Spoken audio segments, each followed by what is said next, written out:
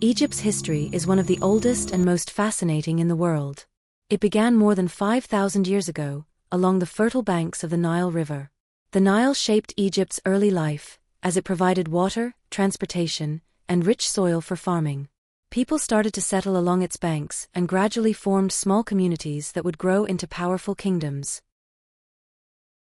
By around 3100 BCE, Egypt was unified by a king named Narmer, sometimes called Menes, who became the first pharaoh of a united Upper and Lower Egypt. This marked the beginning of the early dynastic period, followed by the Old Kingdom, the Age of the Pyramids. During this time, Egyptians built the Great Pyramids at Giza, including the famous Pyramid of Khufu.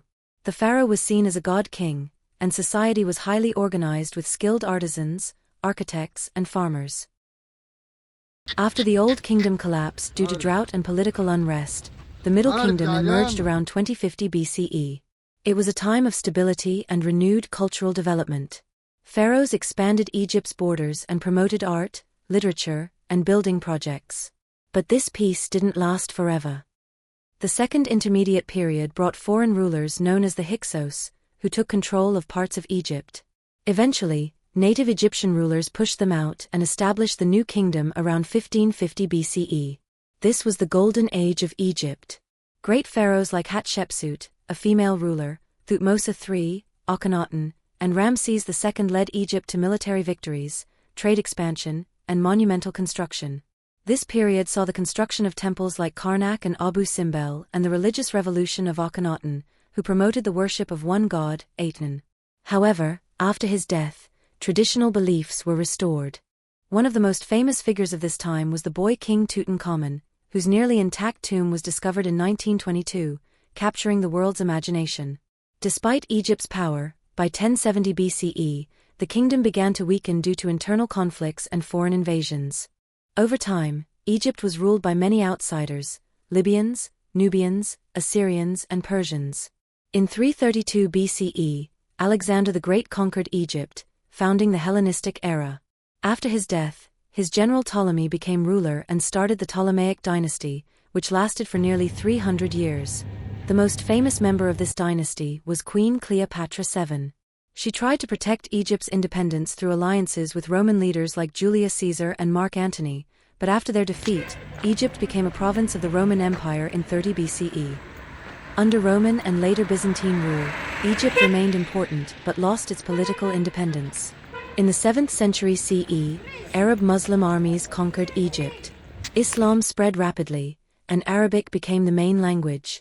Egypt became a key part of the Islamic world, ruled by various dynasties such as the Umayyads, Abbasids, Fatimids, Ayyubids, under the famous Salah al-Din, and the Mamluks.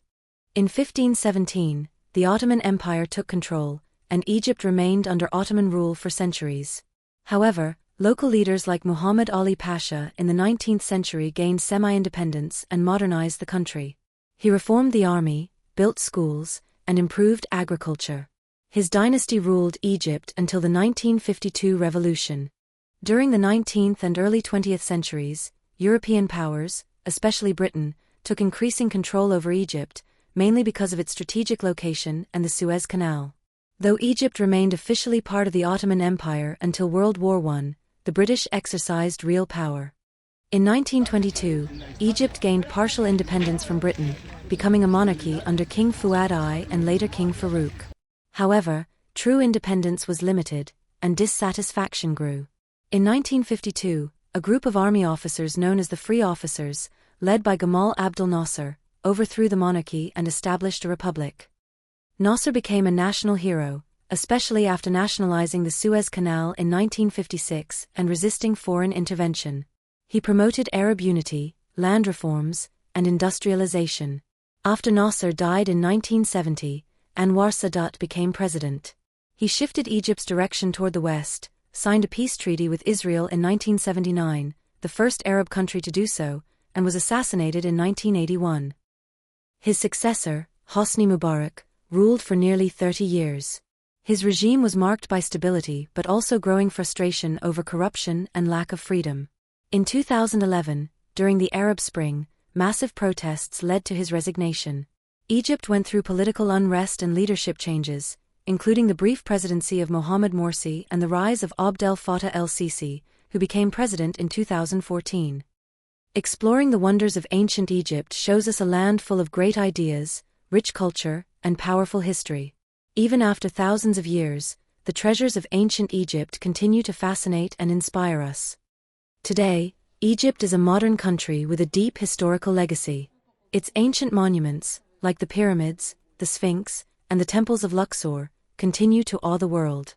Its story, from the pharaohs to the present, is one of resilience, transformation, and an enduring connection to one of the world's oldest civilizations.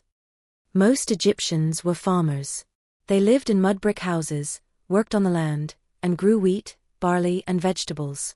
They wore linen clothes, ate bread and fish, and enjoyed music and games. Children played with toys like dolls and balls.